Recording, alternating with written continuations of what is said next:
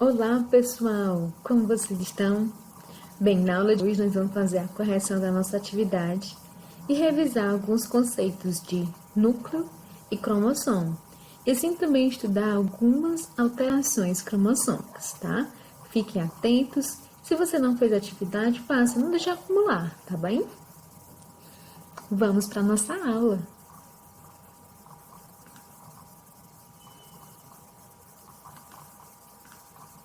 Vejamos só, quando se trata de núcleos, ele vai estar presente nas células eucarióticas. A palavra eucariótica quer dizer núcleo verdadeiro. E ele é constituído de um envelope nuclear, pelo nucleoplasma e pela cromatina, e pelo núcleo. Vejamos só que tem células que vai ter um núcleo diferente. Geralmente ele é arredondado, mas ele também pode possuir outras formas dependendo da célula. Aqui nós temos um leucócito, que são os glóbulos brancos. Eles possuem células mononucleadas, que quer dizer que tem apenas um único núcleo. Essa outra imagem, nós temos aqui uma célula muscular estriada da musculatura esquelética do corpo humano. E as suas células, elas são multinucleadas, ou seja, vai ter vários núcleos. Aqui nós temos um paramércio, onde esse organismo ele é de vida livre e ele possui dois núcleos, o macro e o micronúcleo. Ainda assim, nós podemos encontrar em células maduras que não possuem núcleos, que é o caso das hemácias. Ela, durante a sua maturação, ela perderá o seu núcleo, assim facilitando ela transportar os gases oxigênio e dióxido de carbono. Aqui nós temos um núcleo celular. Vejamos só, aqui nós temos o envoltório nuclear, onde ele é constituído de duas membranas e também vai ter poro. Para que serve esse poro? Para a comunicação dentro do núcleo com o citoplasma da célula. Nós também vamos ter o nucleoplasma, ou a cariolinfa, ou o suco nuclear, que vai ser a massa incolor constituída de água e proteínas. Também nós vamos ter a cromatina. Aliás, o núcleo aqui no caso. O núcleo ele vai ser um corpúsculo esponjoso, desprovido de membrana, e ele vai estar direto com esse sucro nuclear. E ele é rico em RNA ribossômico. A cromatina é que é o material genético. Escutem só, a cromatina. E ele é constituído de quê? De proteínas e moléculas de DNA. Eles vão ter dois aspectos, de filamentos longos e finos, do qual a gente vai chamar de crononema. E durante a divisão celular, essas cromonemas, elas vão se espiralizar-se. Ou seja, ela vai se condensar e tornando-se mais curtos e mais grossos e vão ser então chamados de cromossomos. Nessa imagem aqui, nós temos uma célula pronta para divisão. E nós vamos possibilita nós vermos os cromossomos dessa forma. Na célula de não divisão, a cromatina ela vai estar em filamentos finos, chamados de cromonemas. Ainda assim, pessoal, lembrando que os ácidos nucleicos nós vamos ter dois tipos, DNA e RNA, né? E eles são formados pela união de nucleotídeos, que estes são compostos por uma pentose, que pode ser ribose no RNA e desoxirribose no RNA. Eles vão possuir, né, base nitrogenada, onde elas são chamadas de purimídicas e pirimídicas, adenina e guanina, timina e citosina, e no caso do RNA não tem timina e vamos encontrar apenas a uracila. Bom, e assim eles vão dar estrutura ao DNA. O cromossomo em si, pessoal, ele é formado por cromátides ligadas a um centrômero. Quando a célula está prestes a dividir, essa cromátide, ela duplica. Então, ela vai ter as cromátides irmãs, né? Que é o que ocorre com a separação final e elas são ligadas apenas por um centrômero. Os cromossomos, pessoal, de modo geral, eles possuem uma estrutura que contém uma longa molécula de DNA e ela está associada a proteínas de estomas, onde essas ajudam a condensar esse DNA e ele é visível apenas ao microscópio óptico em células em divisão, chamadas células metafásicas. Os cromossomos eles têm a seguinte forma, eles podem possuir 2 braços e um centrômero, chamado de cromossomo simples. Como ele pode ter o cromossomo duplicado, né? No caso, vai ter 4 braços, tá? E o centrômero. E assim também é possível encontrar, pessoal, esses cromossomos de formas diferentes. Metacêntrico, onde os braços são do mesmo tamanho. Submetacêntrico, esses braços vão encurtando, tá? E o acrocêntrico, eles têm esses braços bem pequenos. O telocêntrico não vai ter os outros 2 braços, apenas, ao invés de 4, vai possuir apenas 2. E esse é muito difícil encontrado na espécie humana, tá? Também nós chamamos os cromossomos de cromossomos homólogos. O que quer dizer cromossomos homólogos? São os cromossomos semelhantes, tanto na sua forma como em tamanho. E eles vão estar aos pares, tá? Nós temos, então, pares de cromossomos homólogos, que está relacionado a características, por exemplo. Então, aqui, ó, de modo aqui, em laranja, destacando nós temos os cromossomos homólogos, e aqui também em azul. Veja que numa célula que não há cromossomos homólogos, não há pares. Então, assim, uma célula diploide, ela vai possuir, sim, cromossomos homólogos, enquanto a haploide, ela não vai possuir cromossomos homólogos, tá?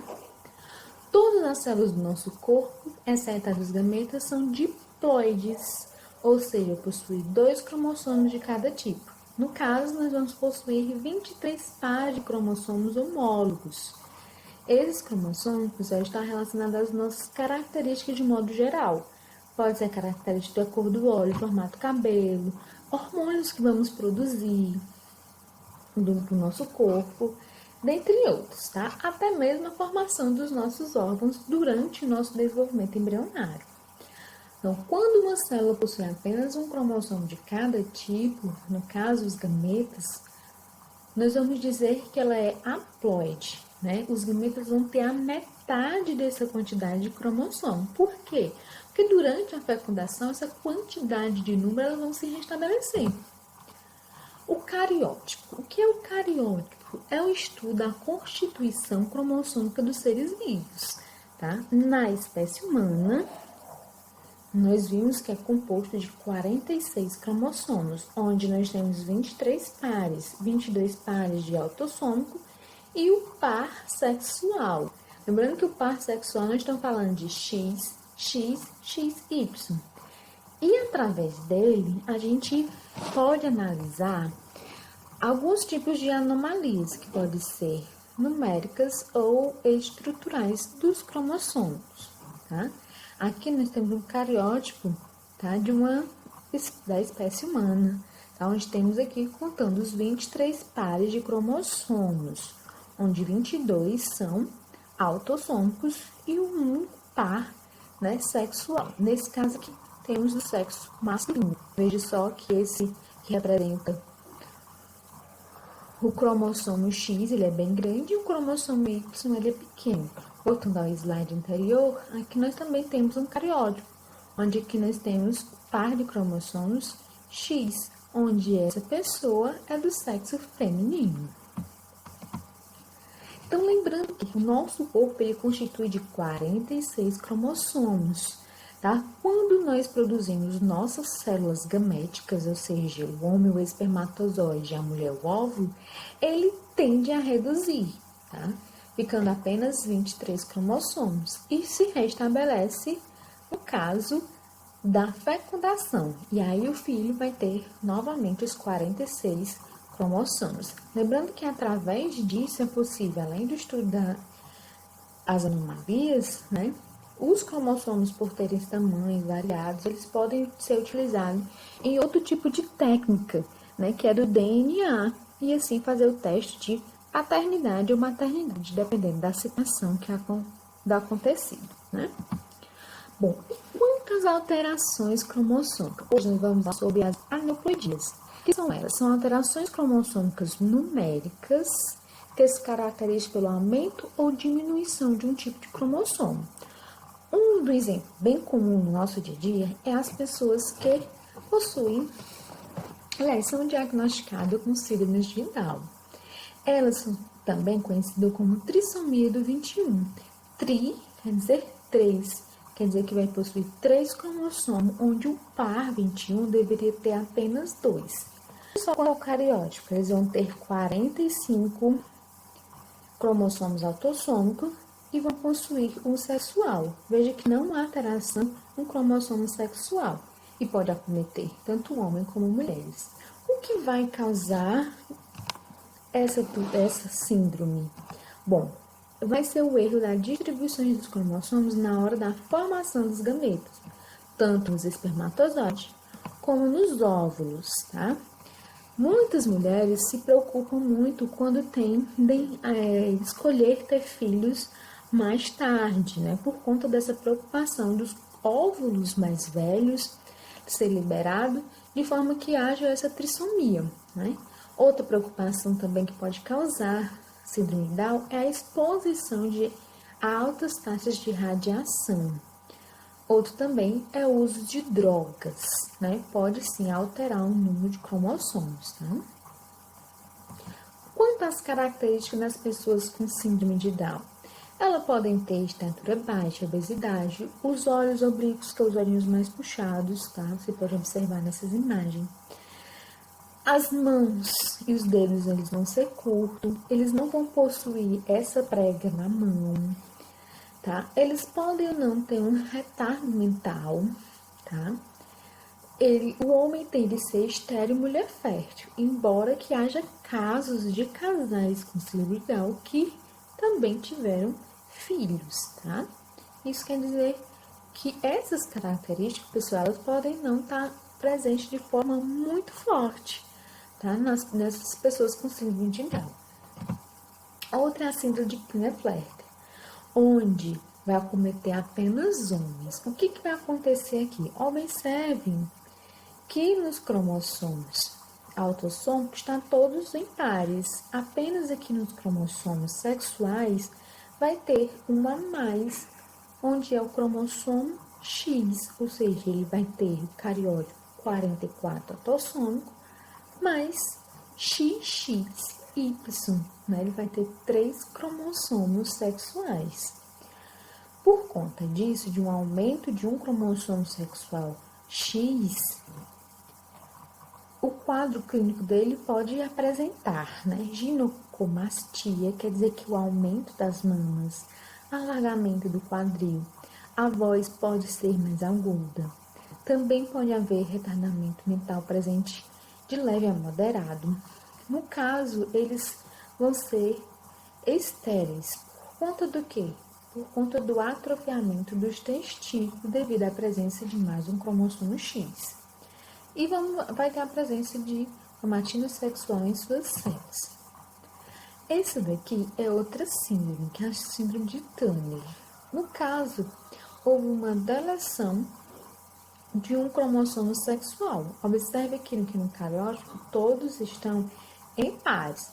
Quando chega, né, no 23 par, né, aqui não tem um cromossomo, realmente, mas tem um cromossomo X. Então, quer dizer que esse indivíduo é do sexo feminino, só em ter um cromossomo X. Então, essa doença só ocorre em mulheres. Quanto ao cariótipo, vão ter 44 autossômicos e X0, tá? Quando se trata do par sexual. Quanto às características, elas vão possuir estatura baixa, podem não ser obesas, tá? A maioria são. O pescoço alado é a principal característica, tá? Podem possuir muitos pelos no corpo, retardo mental moderado, mas isso não é regra geral. Por exemplo, já conheci uma pessoa com síndrome de Turner que ela falava outras 2 línguas além do português, né, do domínio do português, e possuía até mestrado. Esterilidade por conta dos ovários serem atrofiados devido à ausência de um par do cromossomo X, né? E por conta disso também não vai possuir a cromatina sexual nas células. Bom, esses tipos aqui são de aneuploidia, tá? Agora vamos diretamente para a nossa correção de atividade. Vejamos só aqui. Questão 1. Dos constituintes celulares a seguir relacionado, qual está presente somente nos eucariontes e representa um dos critérios utilizados para distingui-los dos procariontes. Lembrando, eucariontes vem de eucária, quer dizer verdadeira carioteca. Carioteca é um núcleo. Então, aqui a resposta de imediato é que elas vão apresentar envoltório nuclear. Questão 2. A diferença entre as células eucariontes e procariontes está no núcleo, né? Ou seja, a presença dele. Os indivíduos procariontes possuem a célula de DNA espalhada no citoplasma. Lembrando, procariontes têm material genético, só que ele é espalhado. Enquanto nos indivíduos eucariontes, ele se encontra no núcleo da célula. Quanto a esse núcleo, é correto afirmar que o núcleo saudável de uma célula possui sempre uma forma redonda? A gente viu que não, né? No núcleo se encontra a cromatina, que é a associação das moléculas de DNA e proteína. Cromatina, esse é o termo. Imersa no citoplasma, envolvido por núcleo. Cromatina ou cromossomo? Não vou encontrar o cromossomo ou núcleo. Esse termo aqui não é. O núcleo é a região da célula que controla toda a produção de proteína, já que contém a molécula de DNA. Esse item é o item verdadeiro. O núcleo, pessoal, como ele é a própria molécula de DNA, ele é que vai produzir as proteínas do nosso corpo. Essas proteínas podem ser hormônios, podem ser propriamente as proteínas, né, que nosso corpo utiliza de outras formas. Né? E podem ser outras substâncias que nosso corpo necessita. O núcleo é ele que controla toda essa produção. Né? Item 3. Qual das seguintes alternativas é correta em relação ao nucleolo? O nucleolo, ele é o lugar, né, de síntese de RNA, ele que produz o RNA e suas subunidades ribossômicas. Então, aqui de modo geral, é o item C, é o local de síntese do RNA ribossômico. Professora, por que não pode ser o item D, que diz que é o local de síntese das proteínas ribossômicas? Não é o local de síntese de proteína. Dentro do núcleo, a gente vai ter o DNA, que produz o RNA, que dentro do citoplasma da célula que vai ter a síntese de proteína, tá? A síntese de proteína ocorre no citoplasma da célula. Questão 4, nós temos o seguinte: a espécie humana apresenta, vamos aqui por item, 46 cromossomos, tá? Aqui tá certo, sendo 44 sexuais. Sexuais? Errado, é autossômicos e 2 sexuais. Então, aqui logo, né, o item C também vai estar errado, o item B vai estar errado, porque tem aqui um sexual. 23 pares de cromossomo e um par é sexual, né? Então, 22 autossômico e um par sexual. Então, aqui é o item C. Questão 5 fala o seguinte: a síndrome de Down é causada por uma anomalia cromossômica em que o portador apresenta células com três cromossomos do número 21. Os afetados apresentam geralmente baixa estrutura, pescoço relativamente curto, olhos oblíquos, mãos curtas e largas, entre outras características. Essa síndrome é exemplo de, o que a gente viu?